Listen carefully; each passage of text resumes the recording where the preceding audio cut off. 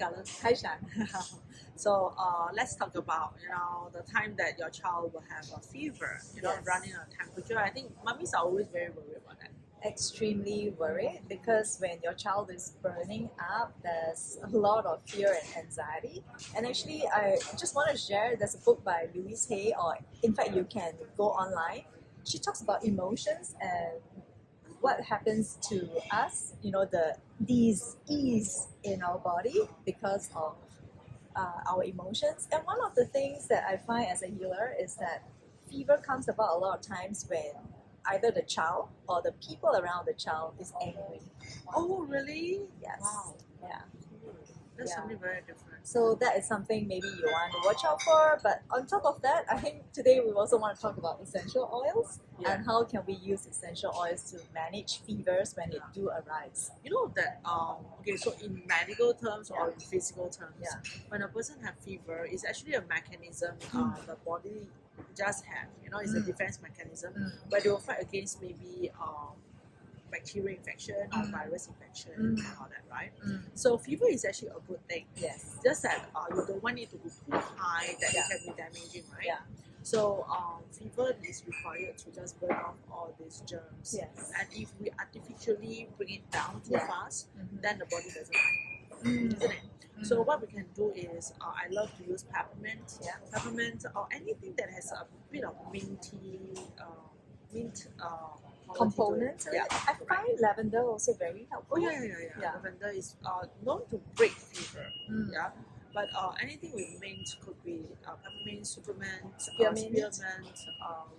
even like eucalyptus, tea tree, rosemary. Those have minty Quality. Yeah, you can use them.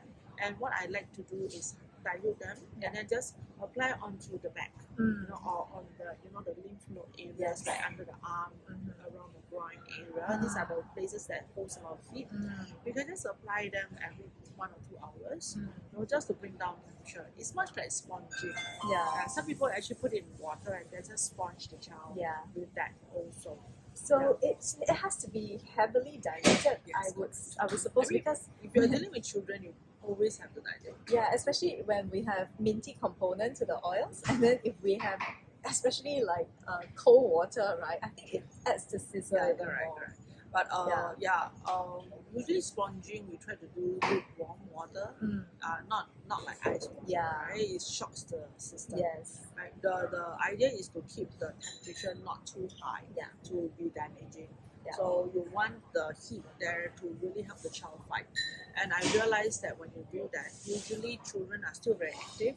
It's not like certain medication you take, right? Drowsy. You get drowsy. Yeah. So you tend to have a more active child when they are actually using the oils to really help them with temperature, bringing down temperature. Yeah, so that's really interesting. I find like maybe like to add a note to that, like I think mummies have some worries, sometimes, especially for those of us who may be brought up in a different era, we are taught to be strong. We are taught to, like still needing to break through things. And if you're well enough, go to school.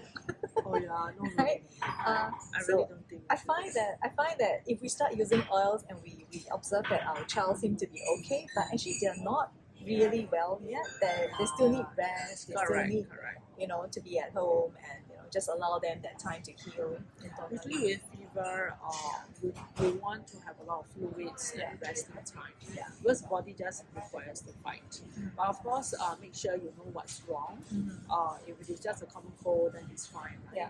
But it's good to always see a doctor after. And if the fever just persists for 3-4 days, you definitely have to see a doctor, no matter what. Okay. Yeah. Alright. Okay. So 加油, mommy. Yes. Yeah.